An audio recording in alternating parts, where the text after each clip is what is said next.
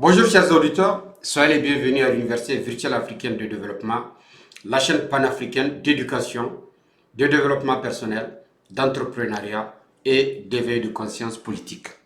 Le module d'aujourd'hui portera sur l'éthique de la recherche. Et pour cela, je vous propose le plan suivant. Dans un premier instant, nous allons définir ce que c'est que l'éthique, puis l'historique de l'éthique. Après, nous aborderons la question de la vulnérabilité de certaines personnes, de certains patients, mais aussi de certains pays. Puis les textes de référence, en particulier le Code de Nuremberg et la conférence d'Helsinki. Ensuite, nous parlerons des principes éthiques médicaux et nous terminerons par une conclusion.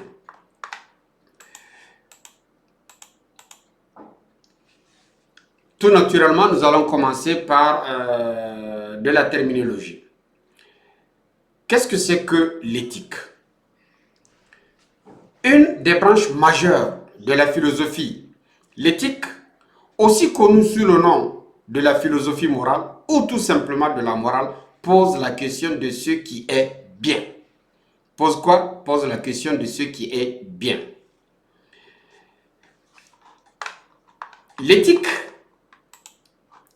L'éthique présente un ensemble de lois dites morales à partir desquelles un acte peut être qualifié de non éthique s'il ne s'y conforme pas. Donc, dès ici, nous voyons bien que l'éthique se place dans une position pour évaluer les actes qu'on pose afin de savoir si ces actes sont éthiques ou pas. Donc, l'éthique de la recherche est une branche de l'éthique dans sa globalité. Elle regroupe un ensemble spécifique de lois visant à protéger la vie, visant à protéger la santé et visant à protéger les droits des personnes participant à une recherche scientifique ou participant le plus souvent aux essais cliniques. Elle comprend aussi des investigations éthiques tendant à apporter la meilleure ou tout au moins la moins mauvaise solution quand un dilemme se pose au sujet des activités de recherche.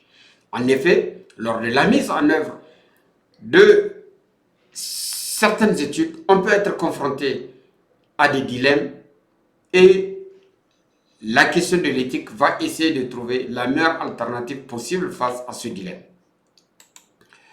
À présent, parlons de l'historique de l'éthique. Il faut dire que la question du respect de l'éthique de la recherche en santé est à la fois une question ancienne, mais aussi une question d'actualité. Bref, il y a beaucoup de problèmes d'éthique dans l'histoire de l'humanité et cela a suscité la nécessité de mettre des garde-fous afin d'éviter les dérives. Toute l'histoire de l'humanité, même la plus récente, est jalonnée par des problèmes d'éthique comme nous allons le voir dans les exemples qui suivent. La question de l'éthique date de la période d'Hippocrate, soit 460 ans avant la naissance de Jésus-Christ.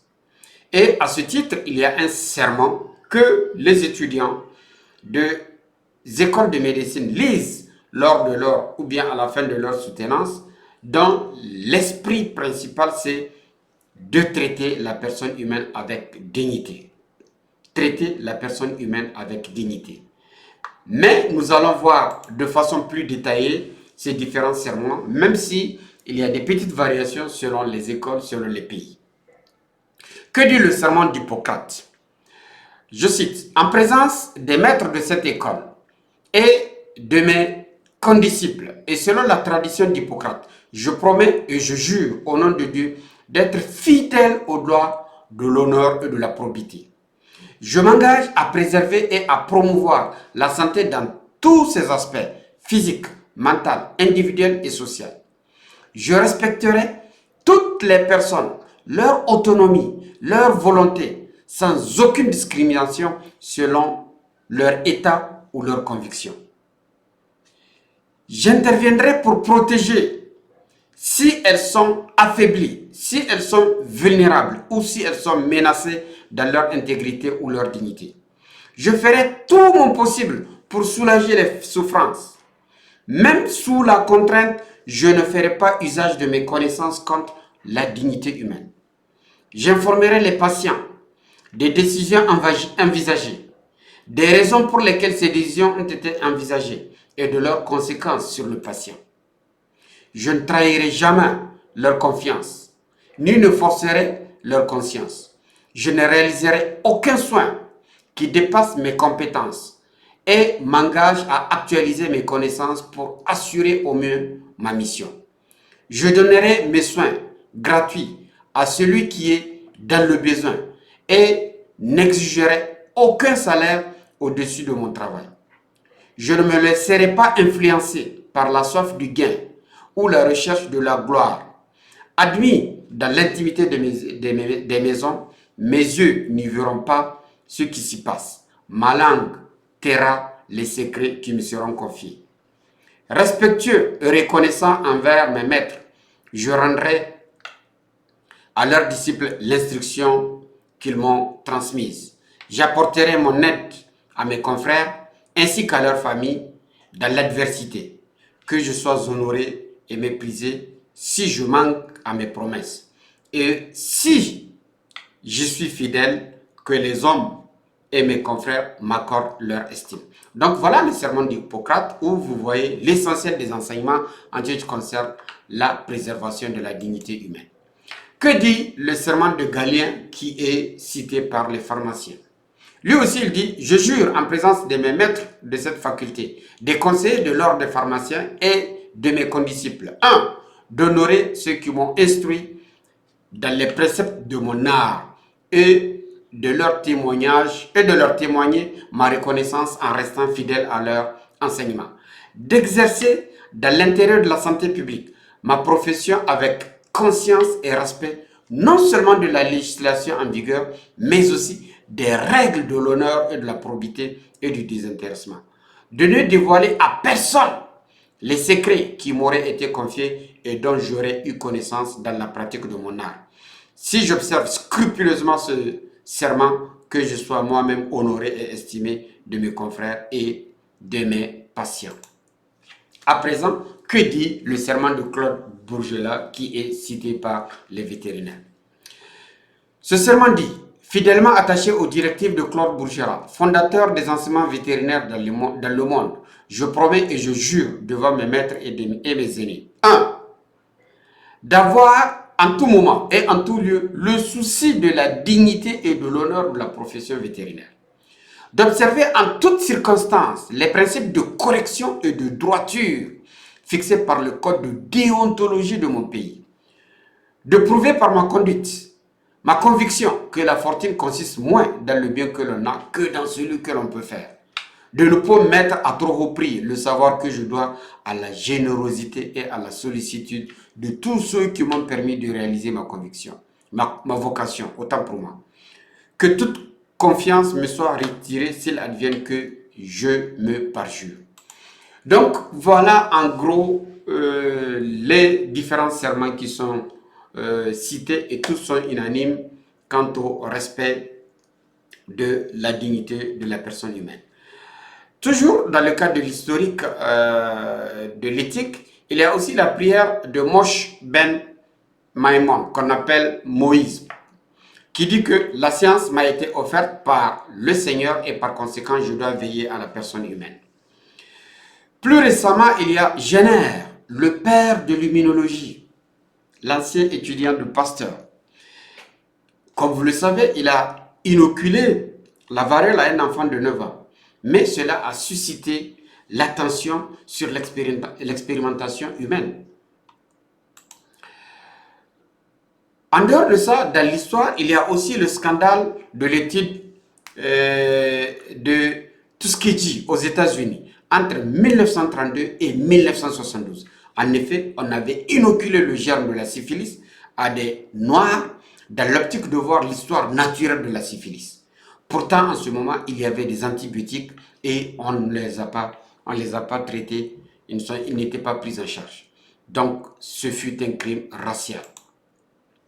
Il faut aussi dire que le père de la gynécologie, James Marion Sims, il a fait beaucoup d'interventions gynécologiques sur des femmes esclaves noires et ce sans anesthésie. Pourtant, en cette même période, il y a eu des interventions chirurgicales chez d'autres races, en particulier chez les Blancs, mais sous anesthésie. Cela montre que c'est une question raciale. Tout récemment, il y a le procès de Nuremberg en 1946 qui a porté la question du traitement inhumain d'êtres humains qui ont été impliqués dans de la recherche lors de l'Allemagne nazie. Donc, ce procès a condamné ces médecins qui ont eu à faire des traitements inhumains à des hommes sans leur consentement. En effet, 23 médecins et administrateurs nazis ont été tenus pour responsables de la mort de milliers de détenus dans les camps de concentration qui sont morts pendant et après des horribles expérimentations. Donc le verdict du juge de 1947 comportait une section intitulée « Des expériences médicalement admissibles », mais aussi qui décrivait les 10 principes devant être suivis au cours de toute recherche sur des êtres humains. Donc, si on parle d'expériences médicalement admissibles, ça veut dire aussi qu'il y a des expériences qui ne sont pas médicalement admissibles. Et en plus de cela, il y a ces 10 principes devant être respectés pour toute recherche qui devrait être réalisée sur des êtres humains. Connu aujourd'hui sur le code de Nuremberg, il indique comme premier principe le consentement volontaire du sujet humain qui devrait être scrupuleusement respecté. Sans consentement, aucune intervention ne devrait être faite. Dans l'histoire très récente, tout récemment au Cameroun, en 2005, il y a eu une exposition des professionnels du sexe dans le cadre d'une étude portant le nom de Viren qui évaluait l'efficacité d'une prophylaxie médicale. Ça veut dire quoi? Ça veut dire que c'était un essai vaccinal. On voulait voir si le vaccin protégeait. Et des cobayes, si je pouvais utiliser l'expression, des cobayes humains ont été utilisés. Ils ont été inoculés et on les a laissés avoir des rapports sexuels avec des personnes qui étaient infectées, dans l'optique de voir si la vaccination va les protéger ou pas. Tout récemment aussi, en 2016, plus précisément au Niger, Pfizer a conduit des études ou des essais cliniques sans l'autorisation du gouvernement fédéral. Cela a fait l'objet d'une tollée et surtout que ces essais ont été faits sous le couvert d'aide humanitaire. Malheureusement, il y a eu 200 décès parmi les enfants et actuellement, je pense, une plainte a été posée. Tout récemment aussi en Inde, il y a eu le problème de la poliomyélite vaccinale en Inde entre la période 2017 et 2020 où 496 cas de paludisme, je vois bien la déformation professionnelle, 496 cas de poliomyélite dû à la vaccination. Il suffit au fait de ce qu'on appelle la maladie post-vaccinale parce que le vaccin qui était utilisé, c'était un vaccin vivant à tenir. Et par conséquent, on pouvait observer des cas de maladie après la vaccination.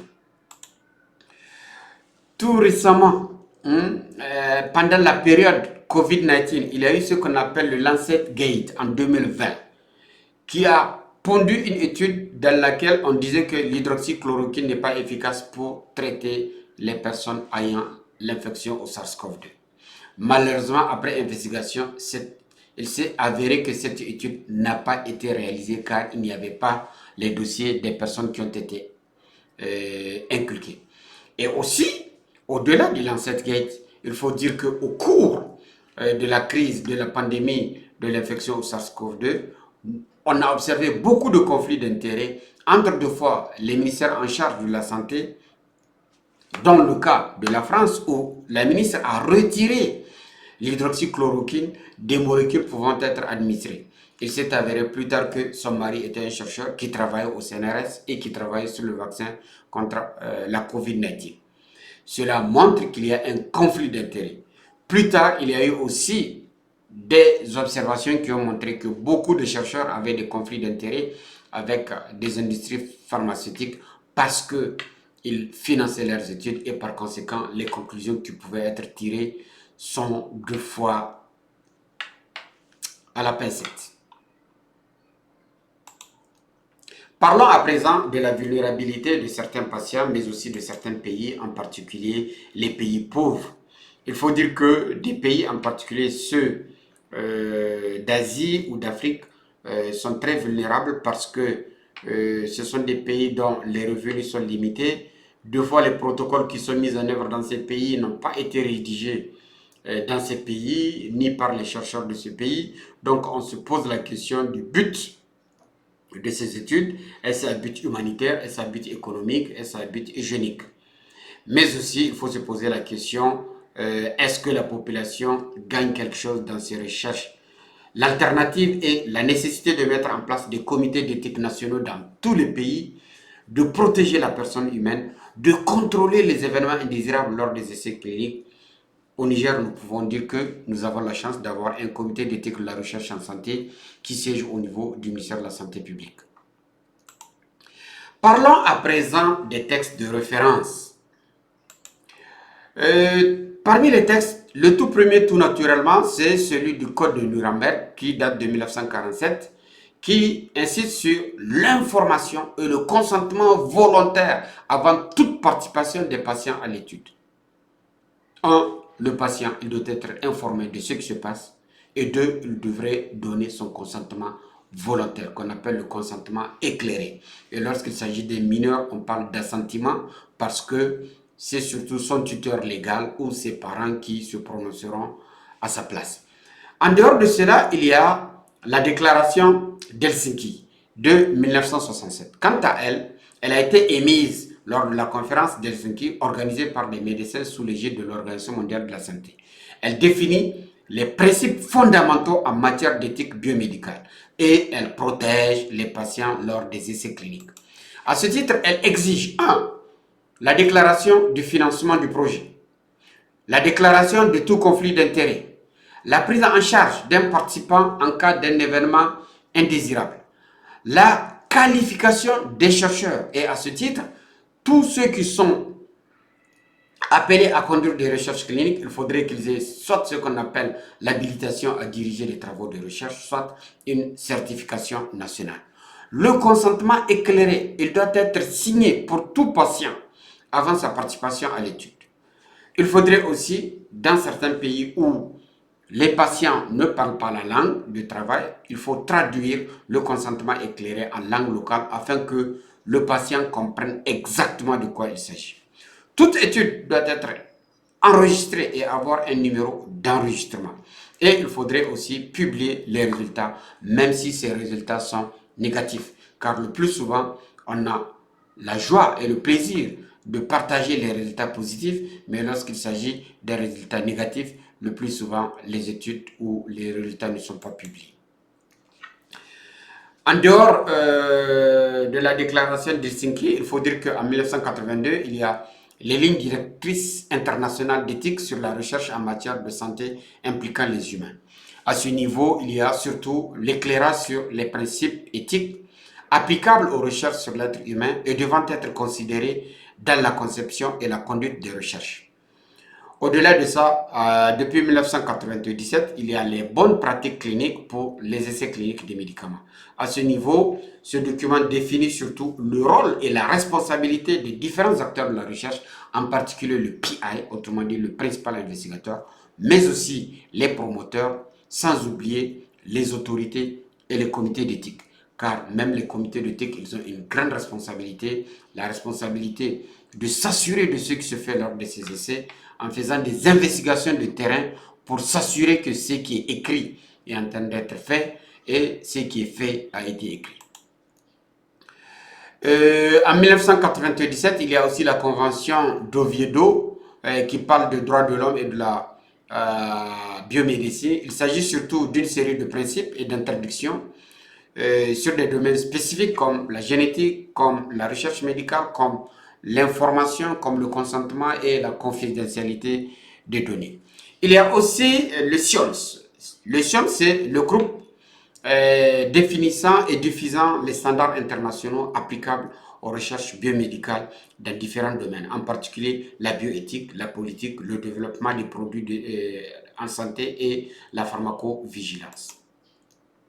Il y a aussi les 25 lignes directives complémentaires de la déclaration d'Helsinki, notamment les recherches menées dans les pays à ressources limitées, compte tenu de leur culture, de leurs conditions économiques, de leurs conditions sociales, de la législation des pays et surtout des modalités d'administration et de gestion de ces pays.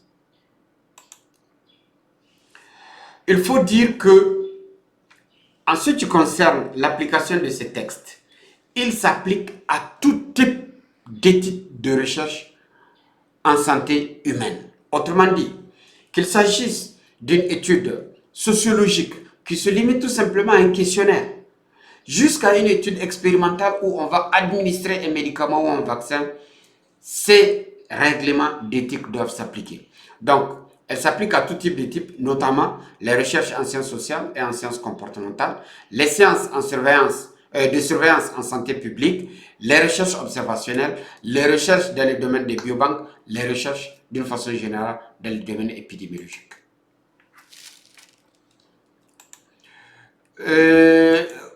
Après cela, je vais terminer par les principes de l'éthique médicale.